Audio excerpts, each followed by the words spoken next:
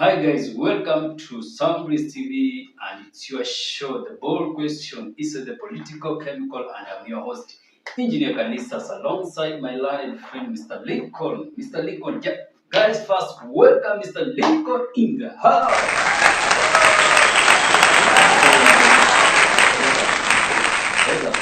It's been a long. Hey, mambo mingi. Mm. There's a lot that is happening. Yeah. And again, we are working hard to make sure that things works better. Mm. And we also try to enlighten our people. Yeah. What they expect. And for their future. So, Mr. Lincoln, let's go straight to the point. We have seen Mount Kenya. We will still talk about Mount Kenya because they are the one who really supported Mr. William Ruto so much. Yeah. And we can say they are the one who gave Mr. Ruto the presidency. Yeah. Because if you look very well, the other side, many parts of Kenya were orange. Yeah. But it's only in Central and Rift Valley we had that yellow color. Yeah. Which is India. Now you see, we have seen things are falling apart. Yeah. I use that word things are falling apart with the other book of Chinua Achebe. Things are falling apart. Yeah. Things are not good at the mountain. And there was one day I was talking to my friend, I told them, if they are the people who suffer first, they will not care because most of them are the business people. And when the economy is not doing well, they're the one who suffer a lot. Because if you remember that when there's no money in the pockets of people reduce their things they want to buy, they go for some few things. So if you look very well, the economy is not doing well. So Mount Kenya is suffering. There was a meeting of Mount Kenya leaders who don't want, they don't want to support Ruto. There is these songs of Ruto have started emanating from Mount Kenya. What can you say about it? First, they say, when a beautiful woman without brain, it is a private part. Here, I can say Mount Kenya can relate. Mount Kenya is a beautiful woman here. Whose private parts are suffering. Wisdom, knowledge, and vision. Yeah. First, there was a meeting that was convened. And that meeting, many people attended. It was a meeting imeitwa na Mainejenga. It was men's conference, but it turned to be something else because thousands and thousands of men attended that meeting. Yeah. That meeting was to show the power of unity, or like now, because the so-called kingpin, the mistake kingpin in the name Mainejenga, they wanted to show that they are still with him, and at least there was something planned on the backside. But now to put that at bay, I want to give you a small history about Mount Kenya before Mount Kenya. Mount Kenya is a giant community. Kikuyu is a giant community. And that community itself, I can say most of the time, I told you that it has rogue leaders. First, I told you, political kingpins in Africa are criminals, goons, murderers, warlords, tribal and corrupt people who have been crowned to benefit on behalf of a certain community, or who are paid to benefit on behalf of a certain community. So we'll come to that when we'll be talking now about Mainejenga. So the history I'm speaking here because I want everyone to be enlightened and to understand. Let's go back during Mau Mau. During Mau Mau, around 4 million Kikuyu members formed Mau Mau to fight the whites, to fight for independence. Because they participated much because it was happening in their land. Although we had the Odingas and the other people, Oginga and others, Onekos, Mwindi and Wengine. But now we want to focus with this giant community called Mount Kenya. So after independence, During that war, around 1 million or 1.5 million were killed by the whites when they were fighting for independence. The fight for independence, these guys united to fight for independence so that they can live well, you see. But immediately after independence in 1963, it's only 20 people who benefited from that war. Today, they are landless. It's only Kenyatta and other few. Now, when Kenyatta got power, the next thing he did was now to start slaughtering and chewing those who helped him. He also picked the land that they were fighting for. He picked it, and that's why today they are scattered everywhere.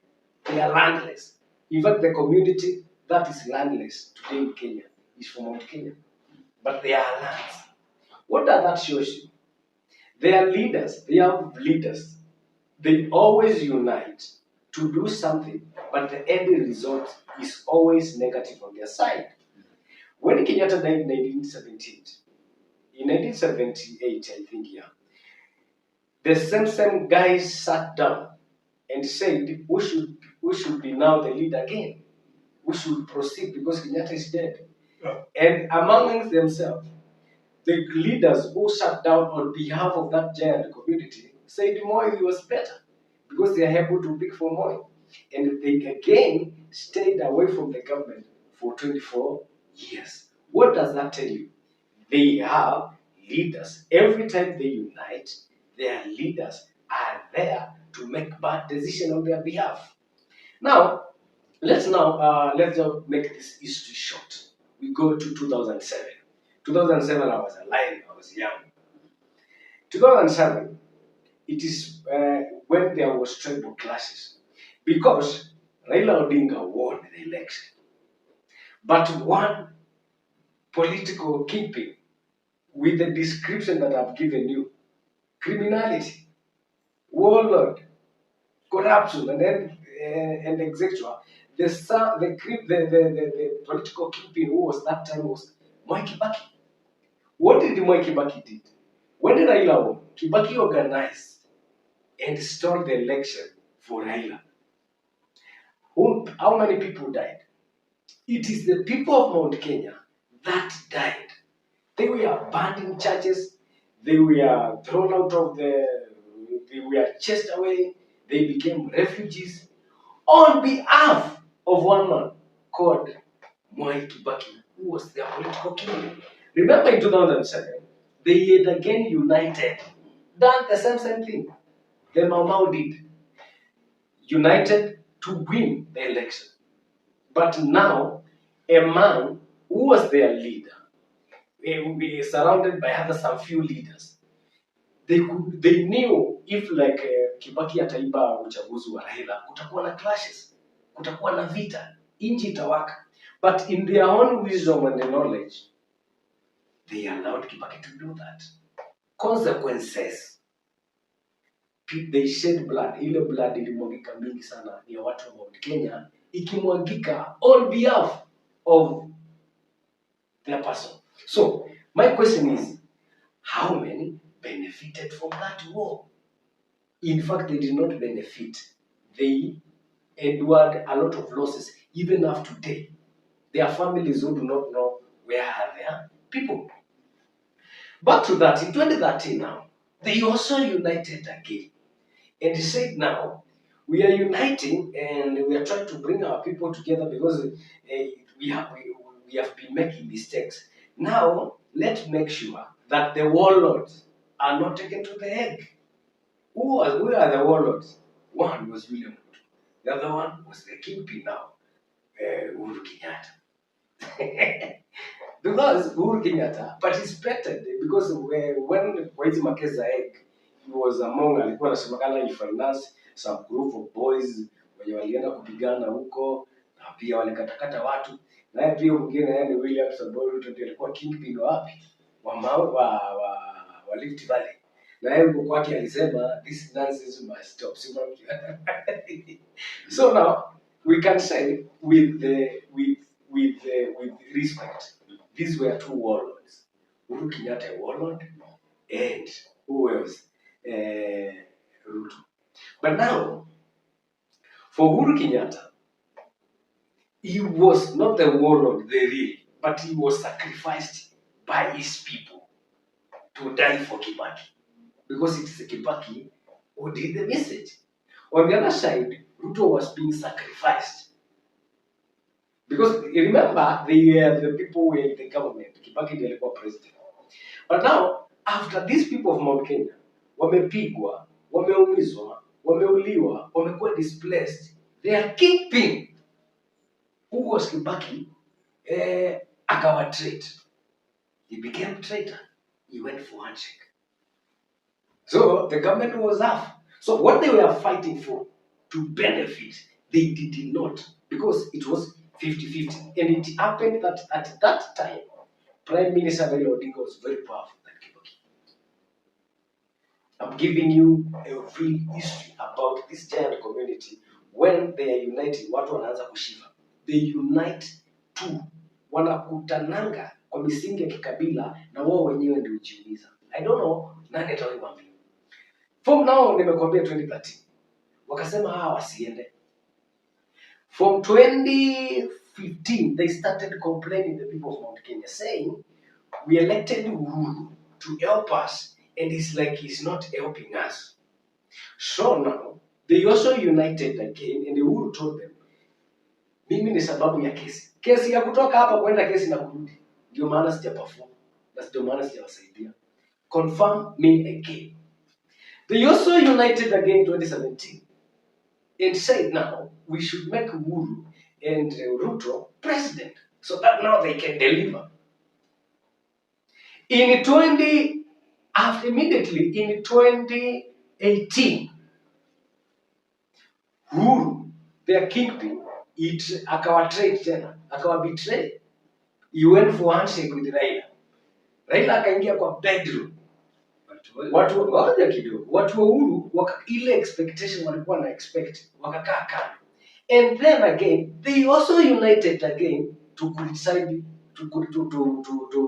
their leader who is Uhuru Kenyatta. For 3 good years they said no, we do not want our son Uhuru Kenyatta, we want William Samoei Ruto. And William Samoei Ruto went to their bedroom in Mount Kenya. William Ruto wakafungua makanisa, wakaomba, wakafanya nini, wakaharibu miaka 4. You know, these are the time they are uniting for something but they are not achieving. Ndio inakula kwao. So now if miaka 4 wameharibu wakitusi Uhuru, usifikirie kuna maendeleo walipata sababu walianza kusumbua ule jamaa. Hizo miaka 3 maybe angewasaidia. But aliwasaidia ile anaweza. But they said it was not enough. And now they started planning even of like wanashindwa mtu atakuua. And they said it's handshake brothers, Raila Odinga and him. They also united again in 2022 and said now we want a son of peasant farmer who is William Samoei Ruto to become president so that wanaweza saidika.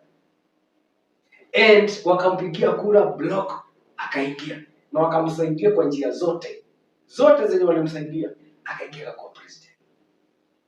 Today 2022 ndio walifanya hiyo mistake, United wakafanya hiyo mistake. Today 2023 hata haijaisha 11 months after they did, now they are united again, uniting themselves again to kick out William Samoei Ruto in 2019.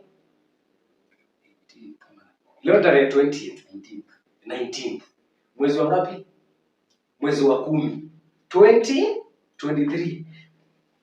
There is 3 songs that are trending today saying we will wake up in the morning, very early in the morning, to kick out William Samoei Ruto. There was a meeting again, this from Maina Jenga, and it was very big. And they said now we want to unite again. And Maina Jenga was saying now Gachagua should even come, everybody from Mount Kenya should come, they sit down and think. And they also formed the Kamwene. Kamwene means ours only. So now the tribal goods are together. Now their leaders again have united. And I told you, every time they do this, it's only 3 or 4 people who benefit. But majority suffers. They have sat down, man, and when I tell you like kuna ukisikia kuna mkutano wa watu wa Mount Kenya wameshika keti mahali wapige kelele ama waseme nini. Walikuwa naweka hivi mikutano wanasema wakati Raila anaandamana hapa tunasema unga ishuke na bei na gharama maisha. They used to unite and say mahali yao inaharibiwa. Leo hiyo mahali yao hata ina bei. You see? No, sometimes you have to speak the truth. So I told you Mount Kenya wako na leaders ambao kazi yao waleta pamoja wa exploit. So Maina Jenga, when he brought them, people do not know who is Maina Jenga. Today, in the truth be told, Maina Jenga is my friend. These guys are my friends, and I advised them. In East Africa, apart from Museveni, Maina Jenga is second to be a leader who has lost a lot of friends and a lot of members of his group. Remember, there's a time he was a leader of Mungiki, but he stopped, and what he did was very okay because there's peace, and what Maina Jenga did, thank you. But now, if I tell you, Maina Jenga had around 5 million members, and he lost about half or more than that number. So today, they are saying Maina should be their political kingpin. Another, I don't want to say. Another, I don't want to say. When they unite to make a decision, they make decision that equals to taking sword to kill themselves. They make decision that is equals to drinking poison. They make decision that is equals to introducing cancer in their lungs. But now, if you're telling me, you see, I've heard you have said more about their former leaders. Yeah. But let's come to business perspective. Yeah.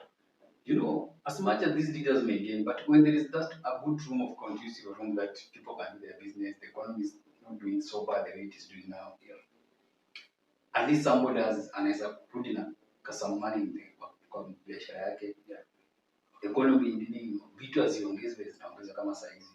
At least you can have peace. Yeah. But now you can imagine under the leadership of everything's up. Business are collapsing. Watu wanafunga biashara town. You know uchungu, but you should also remember as you blame the leaders. It's all the way Ruto pia aliwaletea uongo kwamba akasema ile Uhuru alikuwa anafanya alikuwa anawadhulumu. What I know, most of their leaders, most of the Mount Kenya residents knew that Ruto was lying. But because of that tribal thing, sisi kama watu wa Mount Kenya tunatupa uzito hapa, wakaingia hapa. Ni kama kuna mtu anaingia kwa ocean, abebwa na maji alafu unaingia sababu ni mtu wenu. That's the mistake the people does there. Ile inaitangwa kufikiria kivyako. Sio wengi wako na hiyo. And that ndio imefanya hiyo Mount Kenya a giant community yenye imekuwa ikihon. Tulikuwa nasema billionaires of Mount Kenya, everything Mount Kenya. There are people that we love them kushinda na wao sababu wako na akili ya biashara na nini. Every time they are failing. Now let me tell you. I remember next to election. Yeah. Many Mount Kenya business wale walikuwa wanajua uchungu wa biashara. Yeah. Walikuwa saidi ya Uhuru. Yeah. Wakisema Uhuru under Uhuru vitu at least kwa fair. Yeah. But now the voters wale watu wanajitanga mahustlers. Yes. Walikataa kuwasikia. And Uhuru talk to them. Nakumbuka ile meeting ya Sagana. I pray that let me play for that in anybody. Let me play for that. Kwirama iwe mayagai morete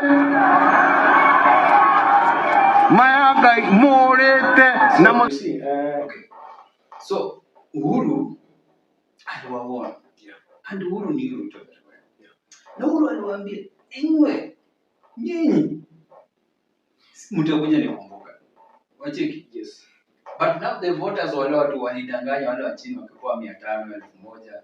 mapastors ambao walikuwa kila saa mtu akienda huko anaacha milioni 5, wakaamua wabetwe huu. Saizi the same people are chilling. Let me tell you, the rich people are not suffering. They are still traveling outside.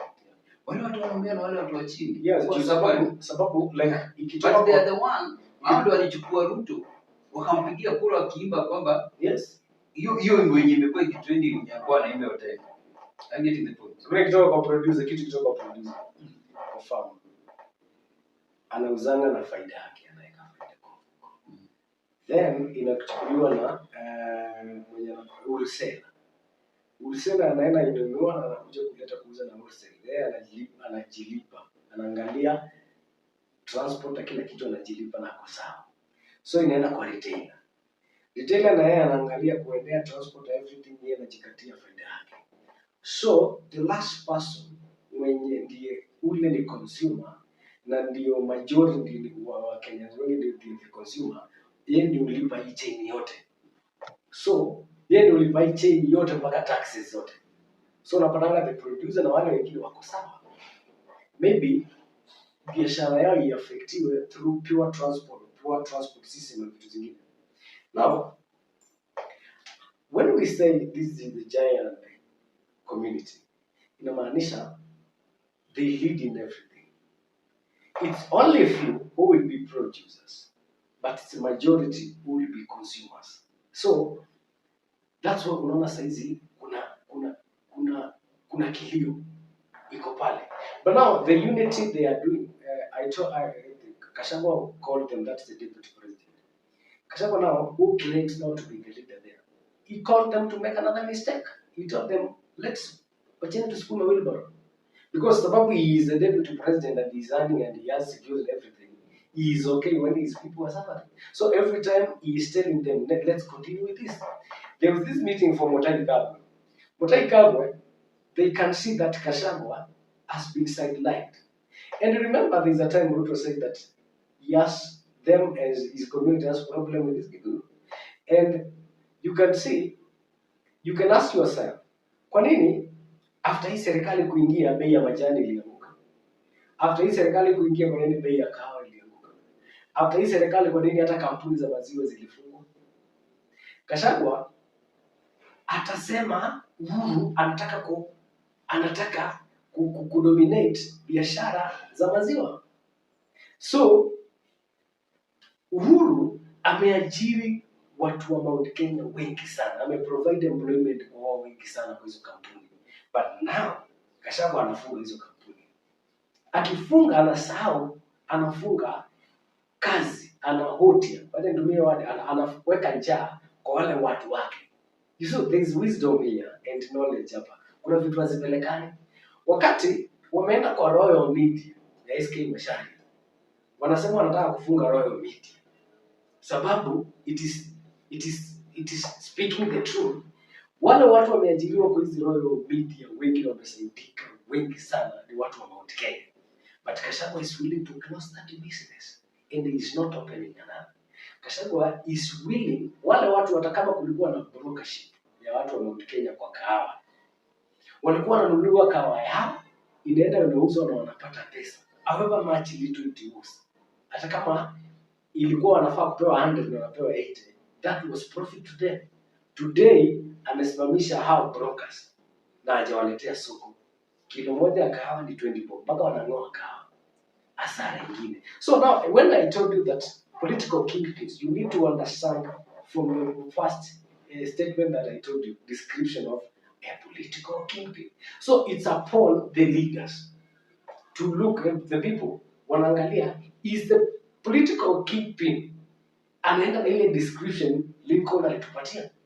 Kama your political kingpin akona signs and the symptoms na description na akona tabia na description ya zile vitu nimesema, then you should rebel against that person. Sababu equally atawaingiza kwa shida kubwa kuliko yeye.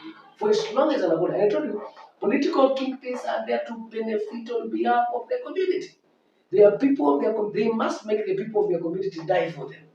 They must make the people of their community wasote on their behalf.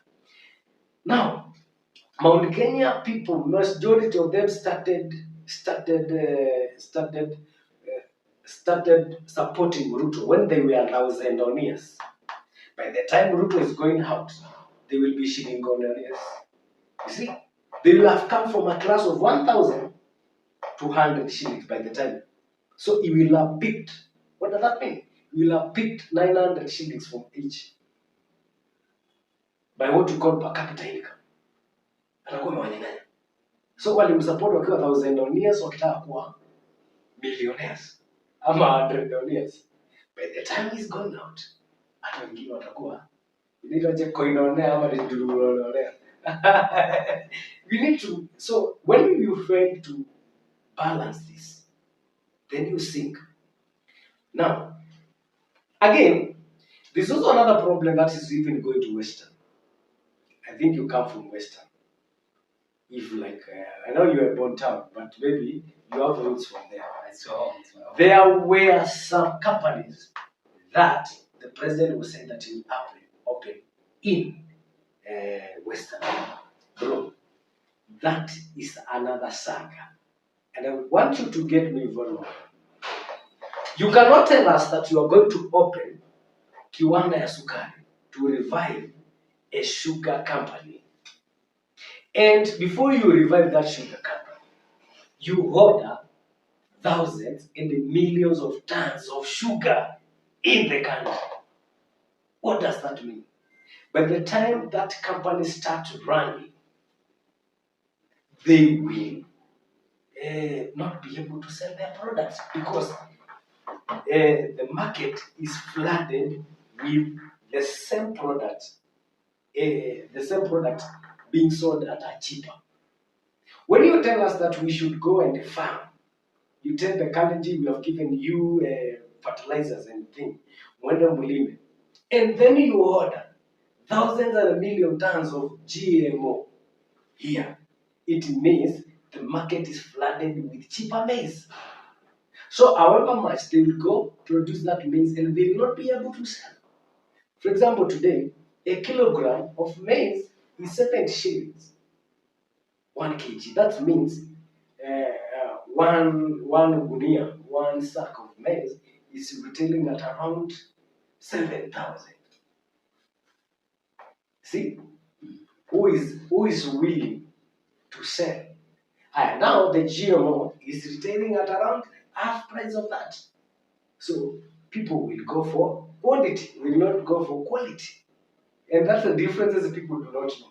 So now, however much you go and produce your products and then you bring it to the market, then you are likely to suffer loss equally. Because now, storage, you have, if you have to store, you have to buy some stuff, make sure you store it in a cool, dry place. You see, what the essence of you having a stock worth millions and you're not saying you do not have market for it?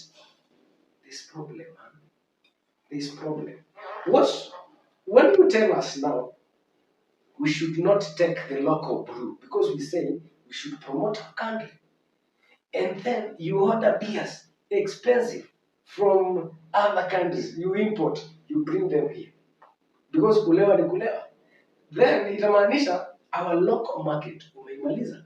When you allow even half matchbox, electric. And that's why I'm telling you, the problem we have even in these meetings, you see the Western people. Juzi tulikuwa na watu wa Kisumu, they were with the president there. The members of the parliament from those areas, the only thing they can do to save us, because we started, William Ruto became the president and said that hakuna kukopa deni tena. We will not be doing that again. But alikuja tukiwa na deni ya 8.2 trillion. Today tuna struggle na deni ya 10 point. What is these MPs and the leaders who are uniting? Who are saying now, let's unite our community speaking the same language. They should now be united and say now, we are united to send our parliamentarians, our people, our leaders to the parliament. Waende watable motion ya kusema serikali ya Kenya hakuna kukopa deni ikifika kama ni 10 ama 9. Hata wanaweza sema 9. Kuanzia ikifika 9 hakuna kukopa tena mpaka hii tumalize. Mwananchi wa kawaida ukimpandishia mafuta na ajui hakuna ni sababu atukopi, anaweza kukuelewa, anaweza understand. Lakini unamwambia sikopi pesa. Hakuna kitu nakopa, lakini every 2 weeks mafuta inapanda na 10. Alafu kuumiza kabisa, inapanda kuumiza yule mwananchi wa kawaida. Yule anatumia kerosene. Juzi mafuta ya taa imepanda tena. Diesel ikaongezwa shilingi 4, petroli shilingi 3. But kerosene ile inatumika na mwananchi wa kawaida, mwenye anaambiwa asikatakata kuni pale, alipandishiwa na 10. The other time diesel ilipanda na 20 bob, petroli ikapanda na 18 bob, lakini kerosene ya mwananchi wa kawaida wa chini kabisa ilipanda na 93 bob. What does that tell you? Bottom up. Still. Ruto said he'll bring economy from bottom up. And bottom up. So people when you are chini wanafaa walipie everything. Bottom up is cancer. Yeah, so I can say who want them, they don't listen. So let them face whatever they are facing. It's their right. So what is happening? I'm telling you what is happening is drama. There's nothing going on. When they tell you that you are going to revive a company, a sugar company, go to the data, look at how much they've imported. And when they tell you that they want the economy to grow, look the level of what we are importing and what we are exporting. Dollar, they came when dollar was 120. Now dollar is 155. It was 116. It was 116, yeah. Today it is 155. And then you exchange rate and everything. Let's wind up. So and then there's someone telling you, okay, everything is okay. Give it time, okay? No problem. We'll give it time. And in 2027, I normally tell people, I'll be the member of parliament from where I come from, in Kilome constituency. And I also tell people, you support me.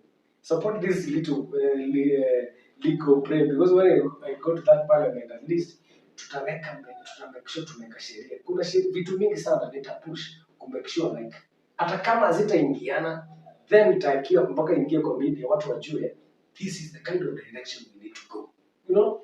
So naambia watu mnipige support. Kuna time tukaanza ile wakati itaanza kunene nikilaunch nini yangu nitaambia mnipige support, because it is not Lincoln that will be supporting, but will be supporting the whole country in general. Because now we need now, it's time to say enough is enough of these things. In a very democratic way. Si kuandamana ama kupigana na vitu kama. No. Tunapitisha sheria democratically. As many as the opinion watasema yes, due to say decades. Thank you, Mr. Liko. Yeah. We wish you all the best. So guys, we thank you so much for being part of our team, Soundways TV family. We appreciate you for your support. If you're not subscribed, make sure you go down there and you subscribe to our channel. Make sure you press that button. Also, follow us on all our social media accounts: TikTok Soundways TV, Facebook Soundways TV, Instagram Soundways TV, and also on YouTube, where you are now, Soundways TV. We love you so much. We wish you all the best, and we always say, as usual, 2027 is coming up. Remember, your vote counts. The place you vote will determine your life. Yeah, it's determine your life. As the economy continue kurambaramba sisi, we wish you all the best. Wacha tuumie sisi wote tungoje 2027 na have my vote ijaandika. Bye bye. Bye. Thank you guys, and thank you for your support. I'm receiving a lot of messages. In my email account is lincolnmado@gmail.com. Platforms zangu za social media ni Lincoln Mapesa. So pamoja. Yeah. Bye. Thank you.